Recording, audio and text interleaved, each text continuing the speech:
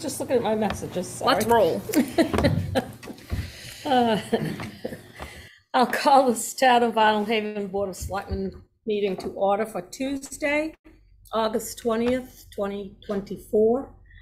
Roll call, Lad Olson, Don Young, myself. Leslie Dyer is absent and Tom Anthony is absent. Elizabeth Bunker and Marjorie Stratton. Okay. Who are you again? What's her name? Haven't seen your moment. She's new here. No, I got thinking like I kind of did it backwards. I should have done the absentees first. But anyway, it doesn't matter. 2, approve agenda. So moved. Second? Second. All in favor? 3, minutes. Approve the minutes from the August 9, 2024 meeting. So moved. Second? Glad one. Oh, Yeah. you weren't here. Yeah, so you were. Well, August 6th, the meeting? August 6th, it should be, Oh. not 9th, right? 6. Yeah. We only have 2 people. So I'll just move it to the next meeting. Yeah. Hi. Number 4, approve and sign treasurer's warrant number 8. So moved. Second, all in favor? Communications from Faye Grant. She has sent us a note saying, Dear Selectmen, on September 17th, 2024, the annual Midcoast CEO meeting is here. I am requesting funds out of my budget to cover the cost of this meeting at approximately $250. Thank you, Faye Grant. Do we have to approve that or just say fine or whatever? It's You can already even- there, yeah. You can just move to use Okay. funds out of the I code would make a enforcement motion that budget. she, So moved. second, all in favor? Okay.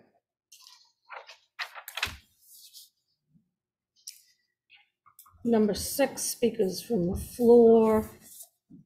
And you folks are all here for, okay. We've moved 9A from new business to between 6 and 7, so Mark? Thank you. We're asking the select board to allow a town meeting so we can clear title for the Dyer Island Bridge. About exactly 21 years ago, there was discussions with the select board and the vote as to who was going to maintain the Dyer Island Bridge. And the residents of Dyer Island recognized the town's abandonment of the bridge. The issue came up in that we're seeking building permits from DEP, insurance, banking, and there are no documents. The last document of record is the town record showing that the bridge was built in 1875. Oh, cool.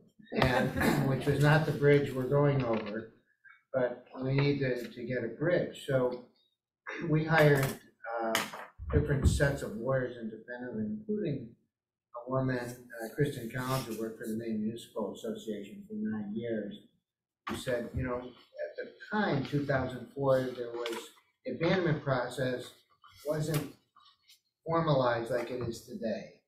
It suggested what the town should do, but it wasn't done. And there's another way to get around it, which is quitclaim deed. So abandonment is confusing because most abandonment is logging roads and other roads where, you know, Maine has thousands of them, you know, miles of them, where they now if you don't have 3 years of maintenance, you say, fill out the paperwork, it's abandoned, and it passes to the abutting property owners. Well, we don't have abutting property owners, we have a bridge. So the question is, does it abut to either side of the bridge, which is town road or a town owner? Our owners on the side, what are the owners on Dyer Island share? And what the lawyer suggested, what's required by law is to own a bridge. If you're not a municipality, you have to have an entity, like a nonprofit corporation, which we set up. the Dyer Island Bridge Association, and to get title to the bridge, asking anyone who has a possible interest, the lawyers identified, many including the town, to give us whatever rights you have, which is what the quitclaim deed says. It doesn't say you own the bridge, you're selling us the bridge. It says any and all rights you might have, you'll give to this holding company. And on Dyer Island, we're going to do the same thing. We're going to convey our rights, especially the people like Ross and Kirsten who are on the other side of the bridge, because we don't know what the standard is. Lawyers have said, well, we spent 10 years in court and had the judge say, well, all these people are there. So we understand from our lawyers and the town lawyer that there needs another meeting. There was an annual meeting in 2004, didn't specifically say grant the deed. So we're asking you to set a meeting that would approve, if it carries, that a warrant there, if it carries, to allow you to sign a quitclaim deed to our nonprofit, and then or Dyer Island people, and then we'll be able to get a building permit, and insurance, and bank accounts, and all these other things. Yes, Margaret. Just wanted to clarify the history just a little bit. Mark is correct. So back in 2003, we started the presumption of abandonment, presumption of discontinuance by abandonment. We started that process. And during that process, the Dyer Island residents came to the town and said, well, no, we don't want that to happen. We want you to keep control of it. So through, again, a bunch of conversations with attorneys, we took it to town meeting in 2003 at our annual town meeting and said to the townspeople, do you want control of this bridge? Do you want to own the bridge? And the people said, no, we don't want control of it. So fast forward to today, I'm not disagreeing with anything. I'm just trying to clarify a little bit about what the town, what we've done in the past. And just recently, when I contacted our attorney, he initially said, well, I don't understand why this needs to be so formal. If all they need is permits from different agencies to build the bridge, then the town could just send some sort of letter. And I sent him this most recent documents, and he hasn't responded. So I don't know. I have no objection, to having the special town meeting and moving forward, but I just wanted to clarify a couple of points. Okay.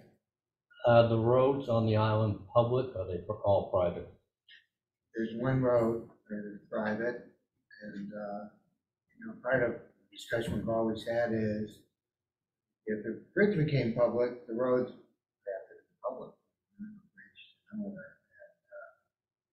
Where do you turn around? There's not a public parking lot or something like that. So right now, as it stands, private. We have a road association, our own road association. There is a sign as you approach the bridge that says "End of Town Road." I Right. think that's been there since 2004 or thereabouts. Well, certainly the town would not want to take responsibility for the bridge. That would be not something that would be a good thing for us to do. Unfortunate for us. Yeah, I wish you would, but I know, we've been asked before. No, thank you. So what's the next step then? So what, Mark and the, what is it called? Dyer Island Bridge Association, they formed an association, like a road association, but it's primarily, to rebuild the bridge. They're asking the selectmen to authorize a special town meeting to have the people vote. And then so it's to authorize the select board to convey in the form of a quitclaim deed any interest that it has or may have in the Dyer Island Bridge. So the first step is that we'll go to town meeting and the voters will vote to authorize you to issue a quitclaim deed. And then if the town says, yeah, okay, then we prepare the quitclaim deed and file it or give it to Mark to file. So that would be my motion. So what happened in 2003 then? I guess I'm confused. So in 2003, we started the procedure. There's a legal procedure to follow, and it used to be a little bit less complex, and the laws have changed, so now it's more complex. We started a presumption of, it's a discontinuance of the road by presumption of abandonment. In other words, if you don't maintain a road, or in this case, a bridge, for more than 20 years, then you can just presume that it's abandoned. But there is a legal process that we started to go through. And part of the process of doing that is writing to people and saying, hey, we're gonna abandon this road because we haven't maintained it for 20 or 30 years, and et cetera, et cetera. I was here at the time, and we started through that legal process. So then the people that lived on Dyer Island said, no, we don't want that to happen, because I had written to everybody to say, hey, we're going to do this. So everybody got letters, and then they wrote letters to the town to say, well, we don't want this to happen. We don't want the town to abandon it. So then, as I said, through conversations with attorneys, again, we took it to town meeting and said, do you, the people of the town, the legislative body of voters, do you want to control this bridge? Do you want to own this bridge? I can't remember. I don't have I could probably tell you what the exact article was, but, and the town said, no, we don't want to control that bridge. So that's what happened in 2003. So when Mark says we didn't actually finish the process of the discontinuance by abandonment, in other words, we didn't, after that, it was like, oh, okay, we're done. I think that's how the town felt, like, okay, we voted, we're done. So the actual discontinuance process was never finished and filed at the Registry of Deeds, as far as I know, anyway. Does that answer your question? Yeah. Okay, so do you, any more questions? No, sir. Do I make a motion for the town meeting? So what you would do is move to approve the special town meeting warrant to be held September 3rd. Do they have a copy of this? Yes. Yes. Okay. And then the three of you would sign this. Okay. All right. So I'll make the motion.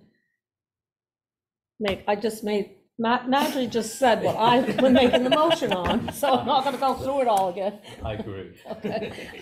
So do I have a second? All in favor? Okay, thank you. One thing to clarify, when I spoke to Marjorie, and I agree with everything she said.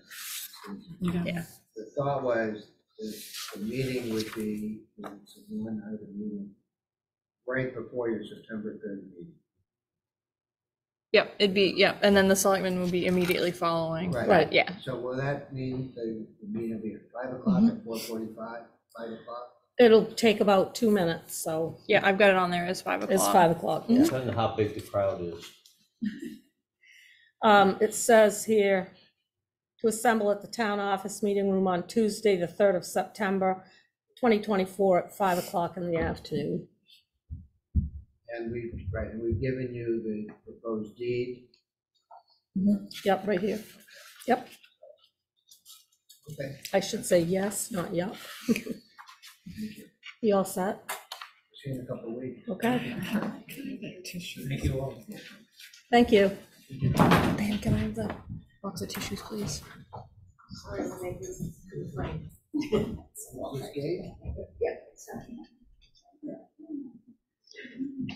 The tissues, please. Oh, I'm sorry, didn't hear you. Thank you. I think I Carol's sister's name was gonna say hello to her. I took a, I just wrote Bridge Association members because I didn't know all of them. I know, I can't remember what her name is. I took a kayak lesson. Got a certificate. There's a road coming down to that bridge. Well, that's what that made more sense to me then when he said that the town owns to the bridge. Yeah. I guess what's on that road besides the bridge? I'm sorry? What is on that road besides going to the bridge? I don't remember any houses along there, are there? Yeah, It's been a while since I've been down. I guess, yeah, no, there's several homes down there. So, Before the bridge? Yeah, before the bridge. It's all the Swayzes. Yeah, And yeah, that's, several Yeah. before, and then there's 3 or 4 before that. yeah. Is there a place to turn around down there, so if someone goes down and it's private now? It's difficult. it's, yeah, No, I mean, if you got to where the sign is, you're gonna have to go over the bridge and turn around, or Right. back up the road. alrighty, okay, that was,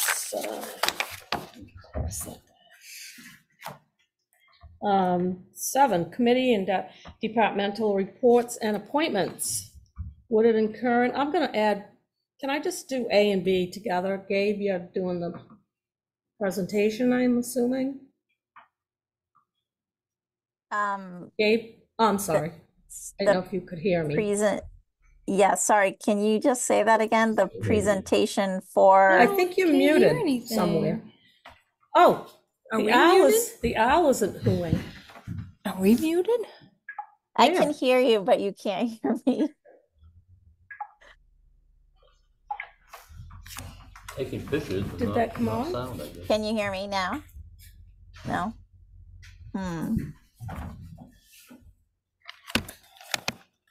Okay. It has to be green.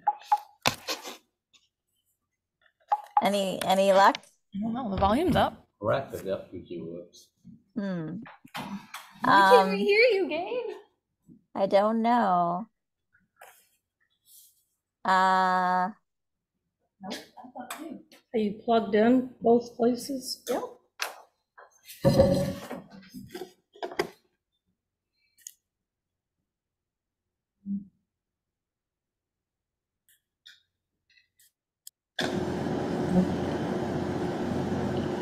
How about now? Did it do anything?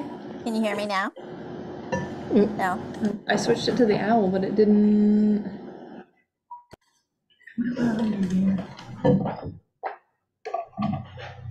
Nothing? There it is. Yeah, okay, very good.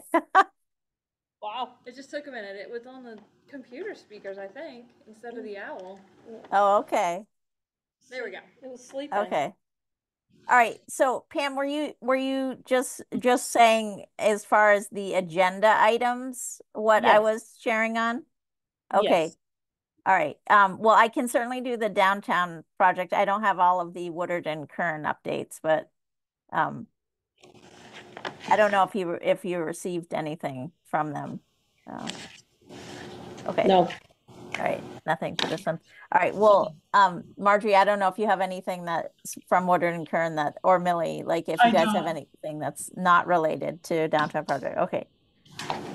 All right, well, I will give a downtown project update. So I'm just gonna, forgive me, but I'm just gonna share probably a little bit more than is necessary for you all, just so folks on Facebook are also hearing this, because it's an opportunity for the community to be updated on what's happening. So as everyone knows, like, we put the phase 1 project out to bid. We received 1 bidder. The cost for what we estimated and what we received back in the bid was double what we had anticipated.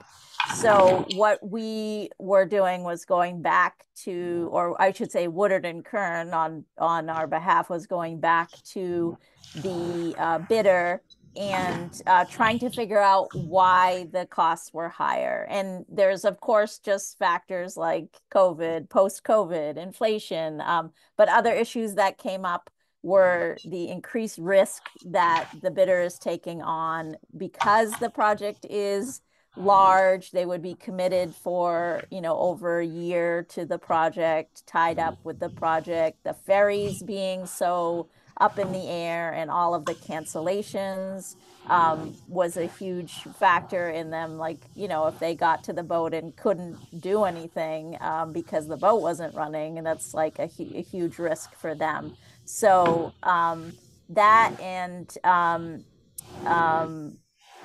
the fact that I think that, again, the size of the project, it seemed like the other bidders that were going to bid just kind of walked away because they just felt like it was too unwieldy.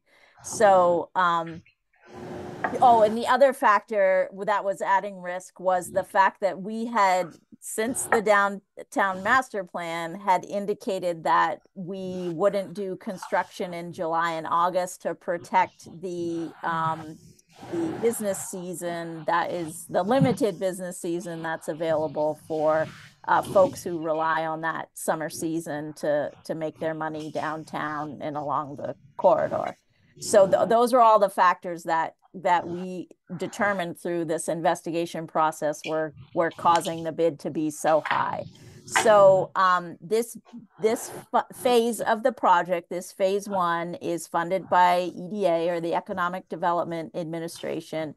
So fortunately, they have agreed to work with us. Margie and I met with them last week, and then we're meeting with them again tomorrow. They understand that this is a unique situation, that we're dealing with a lot of things that are beyond our control, and they want to try to help us figure out how to take the amount of money that we have for the project and make it work, with the idea that there's probably going to be a lot of sort of push and pull. So the idea, what they proposed to us at the last meeting, now tomorrow we may learn something entirely different, but that they are going to possibly allow us to reduce the scope of the project. So pull out a contiguous part of the project, try to fund that elsewhere, but allow the EDA project to just kind of look a little bit smaller. And also the possibility of breaking that out into different smaller projects to hopefully allow smaller contractors to bid on those different components. Not the best way in terms of like mobilization or efficiency or cost.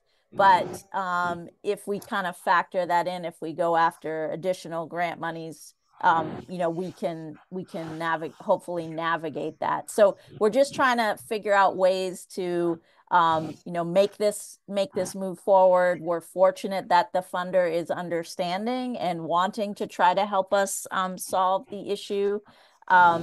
So I think, the main things, again, that we're trying to do over the next month or so is just look at the overall realistic cost based on what we think it's going to be, knowing what this bidder has come in with a price for, and the research that Woodard and Kern has done. Figure out, are we pulling out like the stormwater project? How are we then going to fund the stormwater project? So we're looking at a potential no match USDA grant for that. So we've kind of started down that road. And then again, if EDA can continue to fund the water, the road, and the sidewalk, and there were a couple of other like the sewer, there was a couple of sewer adaptations, I think, in this portion of the project as well. And so if they can continue to fund that, it's possible that the water district might pursue some additional funding through the main drinking water program. I know the water district is going to work with Woodard and Kern on that. And so we're just hoping that, within, I would say, like in a month or so, we have a more solid idea of what the path forward looks like. We did apply for that 2.5 million through the state, the Maine Infrastructure Adaptation Fund grant. We did not get that money. So, we wouldn't be having this conversation right now, if we didn't get that, I mean, the conversation would be different anyway if we had gotten that money. But in a lot of ways, not getting that money, yeah, it's unfortunate. But you know, we would have had to put this project out to bid again anyway.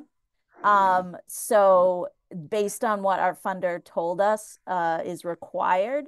So if we were gonna do that anyway, you know, the fact that we are able to reconfigure things, with their support is probably a good situation for us, because we might, if we had put it out to bid and not, and only gotten one bidder again, and the bid was even higher than last time, that would not be good. So, we're trying to think ahead of like the different ways we can make this more competitive, and you know, just kind of see, you know, what additional funding we need, go after that funding, but still move forward with as much of phase one as possible. So I don't have any other updates on phase one, other than, you know, hopefully, you know, in a couple weeks we'll know some more at the by the next board meeting. We'll be able to share you know, some progress on what's happening.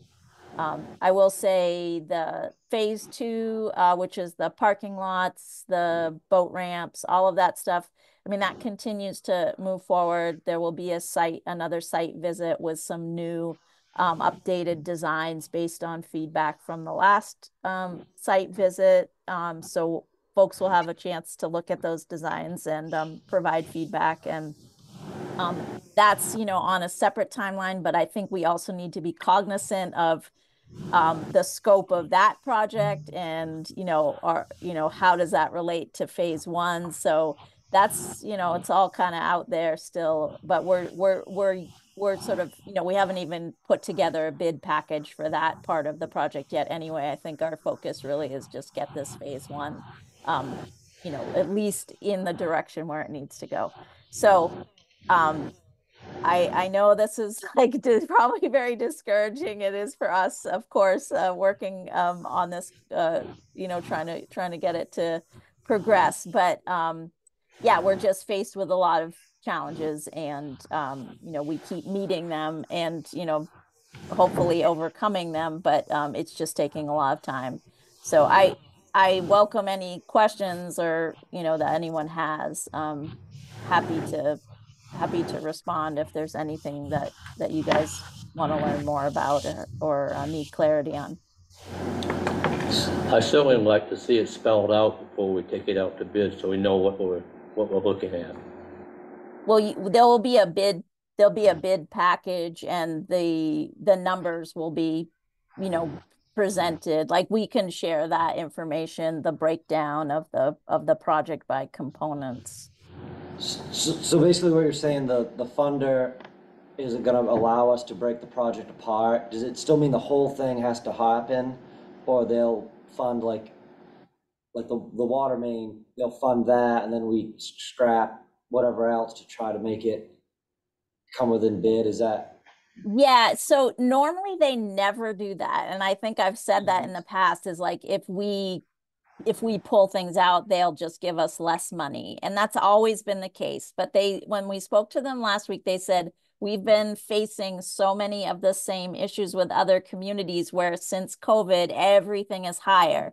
So people are coming back and being like, we need more money. And they usually don't give you more money.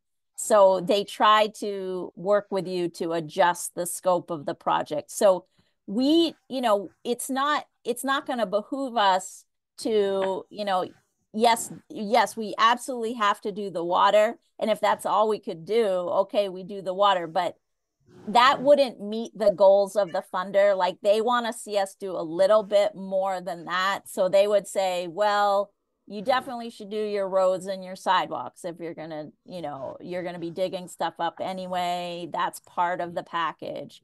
We think pulling out the stormwater and having the USDA fund the stormwater makes the most sense, because USDA is offering a zero match grant, and that would be a significant amount of money to pull out of the project to make the money that we have go further with the water and the the roads and the sidewalk. So does that answer the question, Lad? Yep, 100%, yep. Okay, That sounds The, good.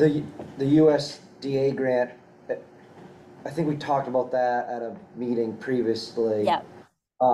We're still waiting to hear back from that. Well, so we haven't actually applied for it yet. What we've done is we signed, Marjorie's on the town's behalf signed a service agreement, which is what you guys discussed at the last meeting with RCAP Solutions, which is basically like they're like a technical assistance provider, and they're going to help us apply for the grant and get us through some of the the back and forth with USDA on that grant. So where we're at with them is we've provided them with some initial narrative information. They still want to see some documentation around meeting minutes where flooding on Main Street has been discussed. They want to see photos, and those things go into the grant application package. So we're going to be feeding them information. They're going to be generating I think most of the application, and it'll be a little bit of a process. But we pressed pause on that last week because I just didn't know what the funder was going to say, because the EDA doesn't work well with other federal grants. So we could never have gone to them and say, we want to keep the project, but we're going to add in more money from USDA. Like the only way they would do it is if we pulled something out and gave it to USDA and it wasn't part of their project. They just don't want, they're not going to,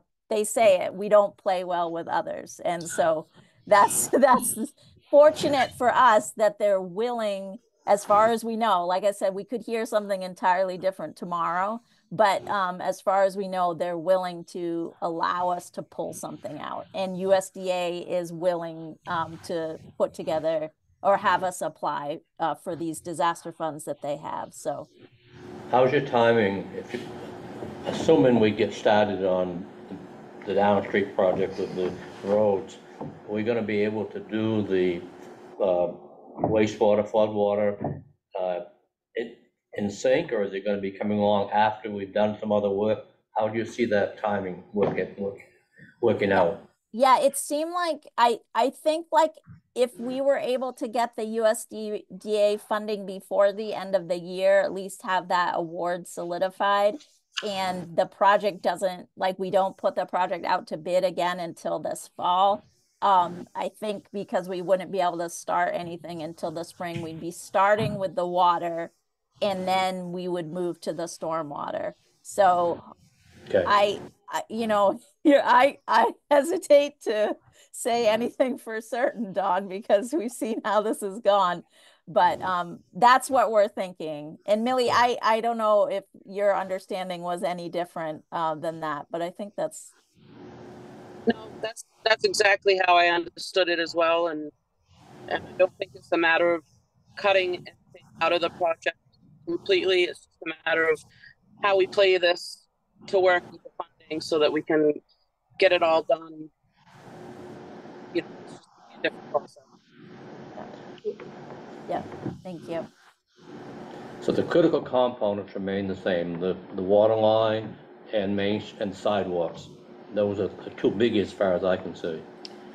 Yeah. Yeah, the stormwater, definitely, that has to be. Yeah, but you basically said we gotta break that out separately already. Yeah, and like I said, the next time, I'm here for an update at your next meeting, I could have something entirely different to say. It's really based on what the funders are willing to do, and we'll find out more tomorrow. But just the fact that they're even willing to entertain this is a really good sign. That's good news. Good. Any other questions or? You got it. What's that? Okay, thank you. Thanks, Gabe. Well, good, I'm glad that it was not a total negative response, so. Oh, dear. Just keep moving forward. Try to keep moving forward. 7C, Public Works. Milsu, you were breaking up a little bit when you were talking before, so, Yeah, you may not be able to hear me. I'm on the ferry boat. right. I don't have a lot to discuss tonight other than, we started paving today. We put down 120. We reached almost to the Jordan's first driveway from the plus side. Went well. Continue. They're going to continue in my absence tomorrow morning. Do more of the so we'll have 120 tomorrow. Which So we're only getting about every other word from you. I think we're gonna have to, continue this next meeting when you get back, because we can't hear you. Yeah. We'll So, be up to look. yeah, thanks, Millie. But the pictures look good. Yeah. Yeah, they did look good. Thank you, for sending them. Marjorie, Millie did send me a note yesterday that Pike, and that's where we're getting our hot mix from, that they let her know, what did she say? That they're gonna lower the price of the material, so that was never certainly good happens. news. Buy one, Yes. get one free. yeah. No, you gotta buy two. Anyway, Yes, I forgot about that. Thanks, Marjorie, for including that. That's more good news. Is that it on the? Yeah. You'll I set, don't have okay. anything. 7D, Knox County report, sheriffs. Elizabeth pointed out to me that this report is a different format than they had given to us in the past. Right, I like it's more easier to, Do you like this one? yeah. I like the other one. More concise, Huh? more concise.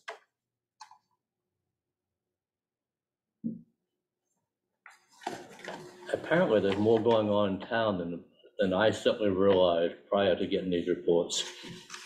A lot of behind the scenes. Yep. I did speak with with Kurt Andrich a couple days ago, Monday, and suggested maybe getting close to the time that maybe having him come back with for the three of them just to come in and give us an update at one of the select board meetings. Kurt, I think Paul retired. Oh, I don't know. That's what I'm Paul hearing. Pinkham? Yeah. I don't know. That's what I think I heard. That's the captain. So I don't know of any other captain other than Paul. I read in the newspaper something about the new county administrator is Leaving? trying to fire, leaving. gonna fire. Was it? Well, No, I mean, it was in the paper, yeah, in the newspaper. That's the guy that had the different interpretation. of the contract, Yeah. yes. And I did mention to Paul, to Kurt, that we had a bit of a problem with that.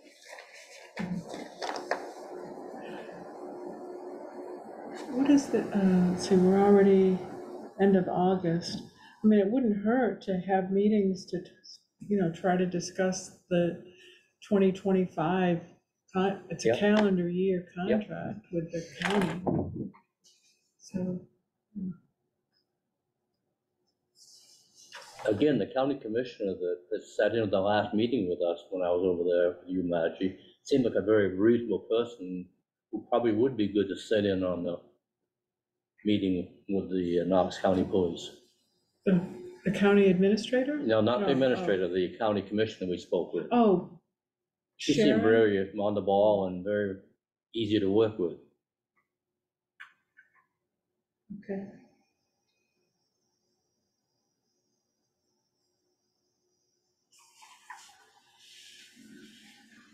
Anything else, Dawn, That's all I, but on just, that? yeah. Okay. 8, old business copier lease. So I don't know if you had a chance to look at this.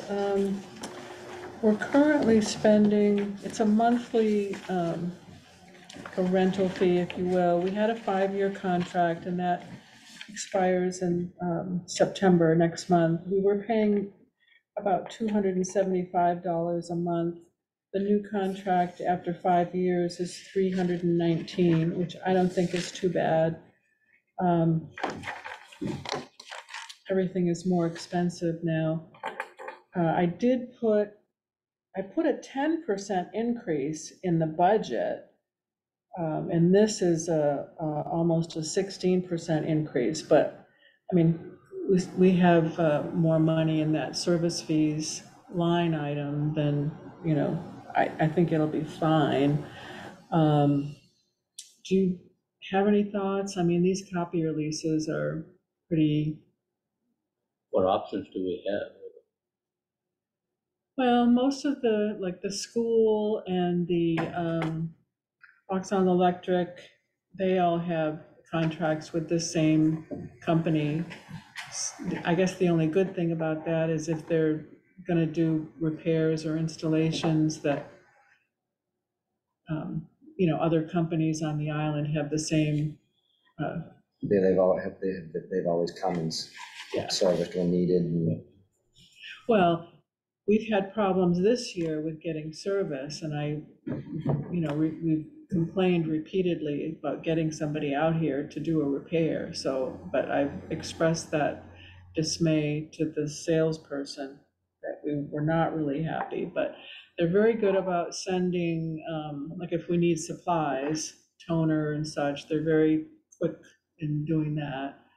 And the man that came out recently to repair this machine gave us his phone number. So he said just to call him directly, which was good. So instead of kind of going through the, 800 number, if you will. If you want to just give me permission to finalize and sign a new 5-year contract, maybe that would be the best way to go.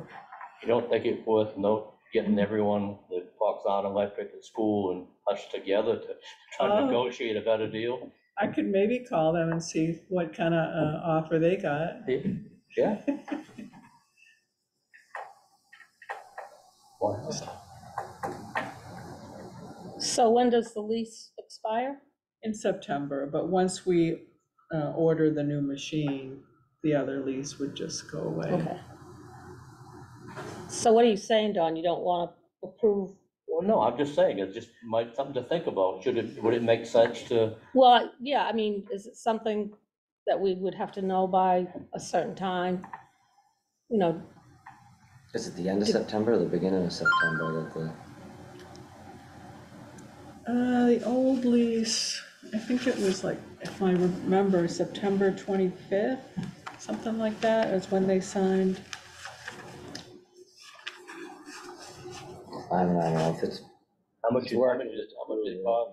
September 30th, 2019. How much? $300 a month? Yeah, it's not worth messing with. They probably would So if you could just kind of sneeze at it anyway and say, oh, no, sorry. You never know to ask. I guess so. All right, so do you want to just approve? Yes. Okay, the motion to approve. Manager to have the town manager negotiate and sign the final agreement. Yes. Yeah.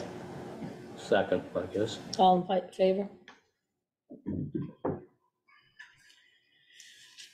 Okay, number 9, new business.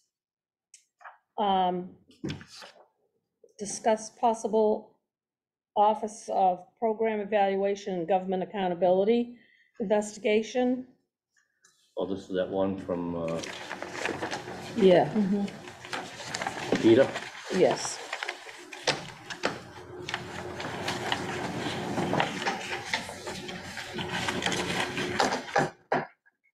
It's hard to read in the. Well, I made copies of what you would have to fill out. Well, I guess the first step would be to find a legislator to sponsor the application. I tried to give you an FAQ on this process, and also I gave you a copy of what the Alpega review request form looks like. I'm not sure, if you wanted to proceed, how the town would proceed, like who would write it, what legislator you would ask. I've always been wary of things like this, just from the perspective of be careful what you wish for. If you start taking this to what is it called? The Office of Program Evaluation and Government Accountability.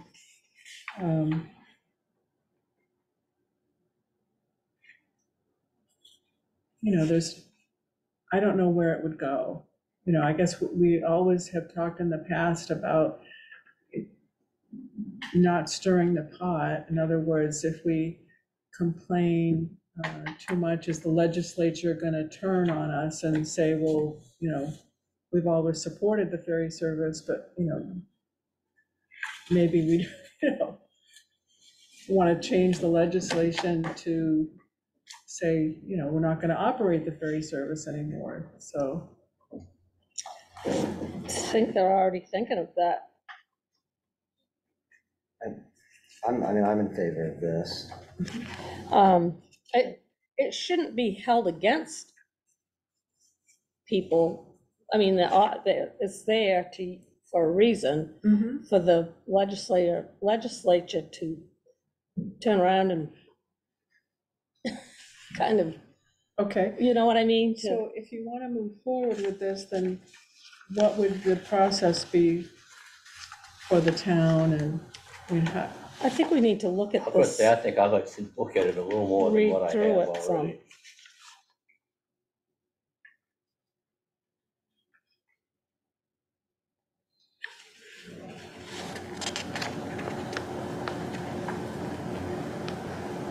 But going back to your question, or your concern, Maggie, I don't think we're criticizing the legislature here. We're asking for a review of the ferry service and their That's right. policy and proposals. So the legislator, I can't, yeah, I'm no, not saying. I did that. Maybe I said it the wrong way. I guess I would worry about what the outcome would be of an investigation into the Main State Ferry Service. I think there has to be something somewhere along the way, because it's just too much to spend what the hell this last year.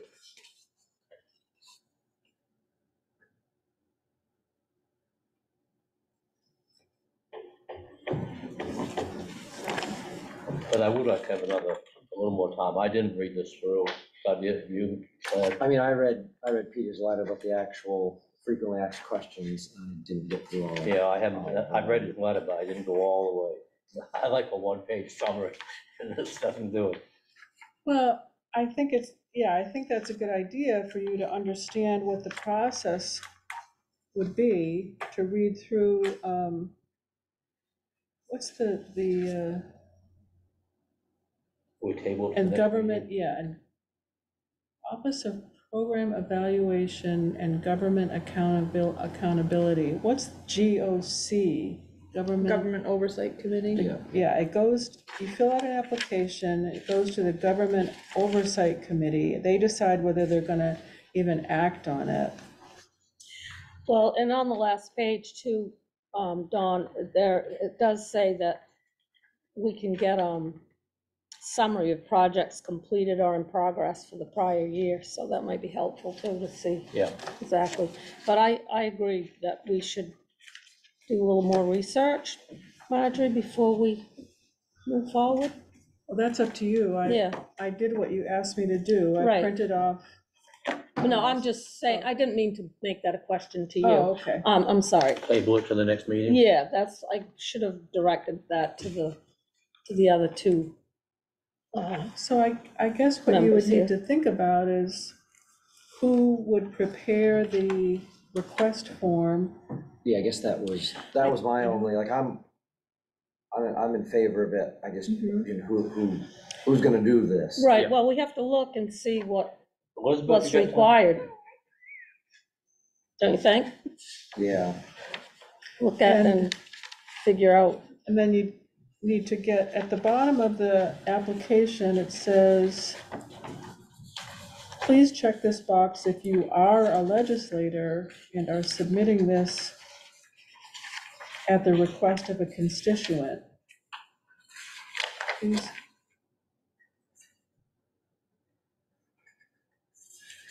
I'm wondering if it's, So I don't think I have what you have the actual I didn't give you form. the actual application because Oh. it was just Oh, a, okay. That's fine.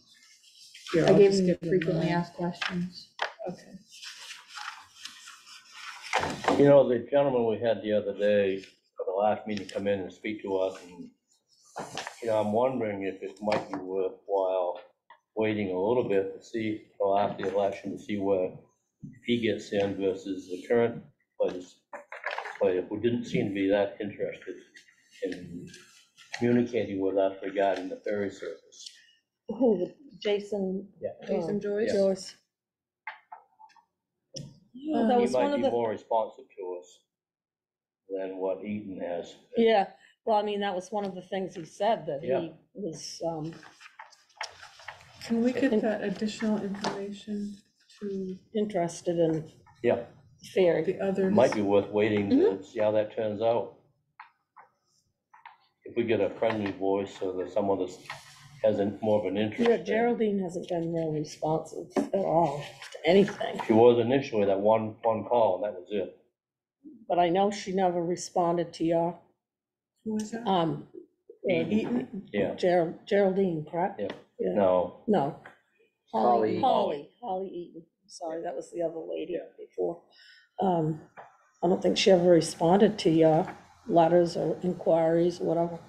and I called after, sent an email afterwards, never a response either. So we'll just get that additional, there's a copy of the application and then there's some more information. We'll get that to you. Can I keep it as well? Pardon? Can you keep that one? Yeah, oh yeah, sure. Sure. Yeah, I think we can delve into it a little. Yeah, I Deeper think and it's got see. merit, I just don't think your question on how do we go about doing it is more important. So is this for the next agenda or? Yes, or- I don't know, I think, Oh, let's see how it goes in the next 2 weeks and what kind of information we can get, and we can decide whether to put it on, or you want to wait, like you say, Okay. until the next, yep, till, election, that's not that far away. I I was just realize, looking at this form, anybody could fill it out. You can just put it in anonymously, or like you said, right, check the box, if you're a legislator. yeah, okay, let's do that, let's look it over, and then let me know what you think in a couple of I'm weeks, basically and in favor of just trying to understand the process we've done. let's communicate, I mean, just let Marjorie know Yep. what you think, or whether or not we want to put it on the next agenda. Does that sound good? Yep. Alrighty. Marjorie, you all set, report of town manager? there's a couple of things I just wanted to let you know. We paid off one of our loans, the 2014 paving project. That was paid off in August, so it's always nice when you get a Like- finish paying off a loan. Like getting a vehicle title. Right, right. And Maine Municipal Association, because we're a member of the Risk Management Services, we got a dividend on our workers' comp fund and also the property and casualty pool. The total was $3,209, which I think is nice. You know, when they have excess funds, they give dividends to their members. So that's just good news. And then earlier today, Ryan, the ambulance director, brought in a note to say that he has 2 people, Craig Lazaro and Wayne Oxton, that want to take the basic emergency medical technician training. So we can get grant money to pay the $1,600 per student. And so we'll have money to cover the cost of the course, but the town will have to cover costs you know, for travel and overnight stays when they need it. It goes from September 19th to January 30th, but it's good news that we have a couple of people that want to step up and take the training, and we have plenty of reserve funds available to cover any costs for training. What's the estimate on that? The estimate for overnights, I didn't Yeah. really add it up. It was beginning September 9th. Couple thousand a person, I don't think it's that much. The course will meet on 16 Thursdays and 9 Saturdays during the course. So if it's 2 nights a week or 16 weeks, I don't know, but So I think we should not worry about that if we've got 2 people that would like to. we've got a lot, as I said, we've got a lot of money in our training and education, ambulance training and education reserve fund to cover these costs. Yeah. And yeah, I think we have to encourage people to Absolutely take the class. I'm not saying we shouldn't, I just kind of like to not have a ballpark, know what we. I'm sorry, Don, I didn't calculate it. I can't help it by training.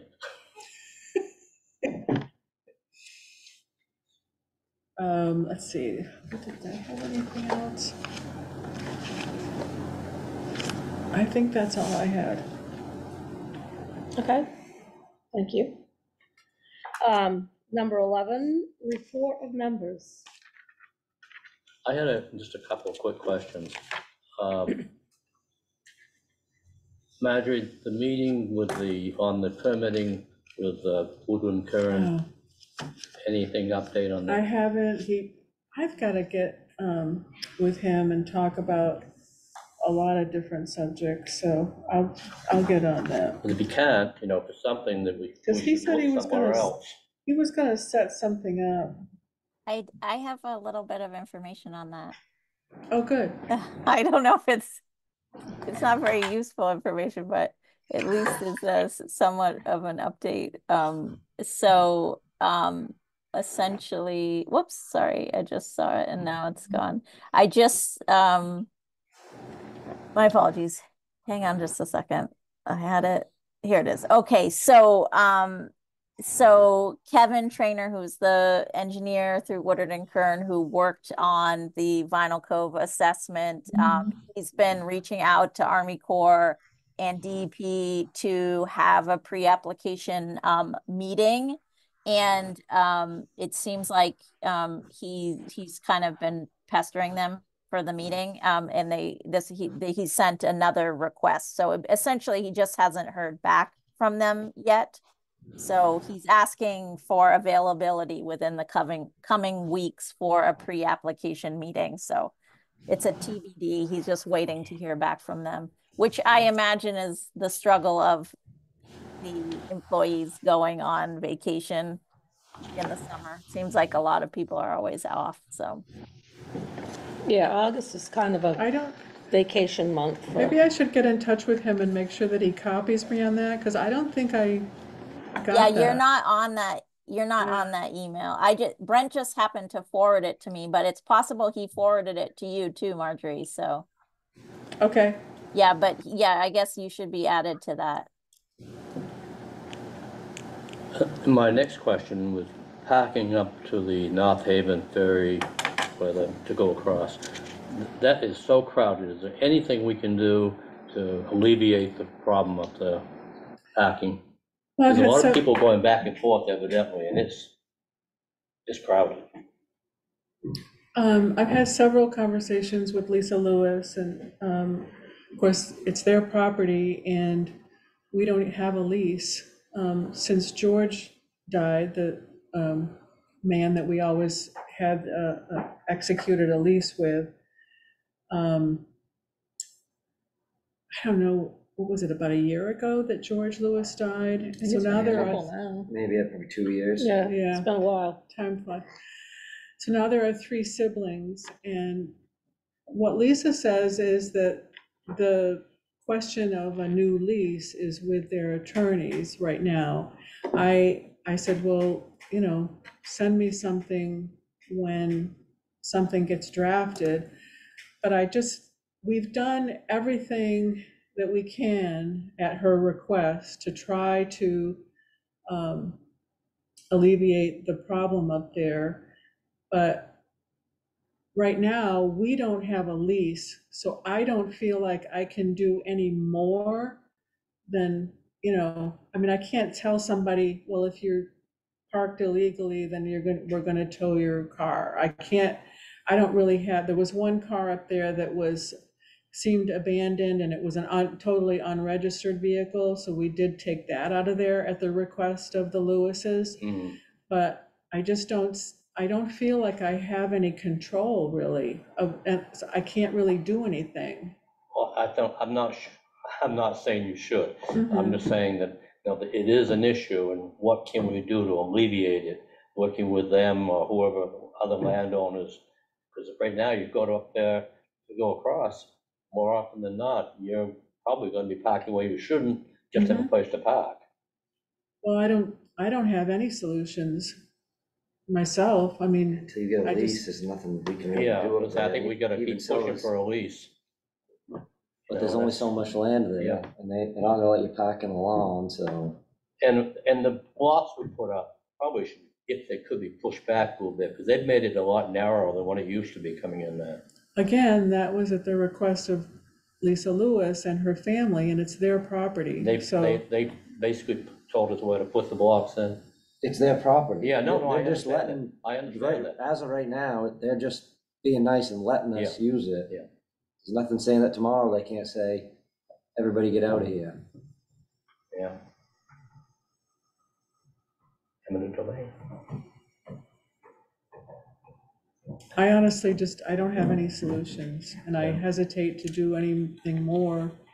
I mean, there are people that park there and they just leave their vehicles there as a long-term parking convenience. And I wrote letters to people last year, again, at the request of the Lewises, to try to get them to move their vehicles out of there, because it should just be a short-term parking for people that want to go back and forth. And we know who the people are that work there Yep. full-time, so that we make accommodations for them. But there are people that just, for their convenience, they leave their cars there in that lot.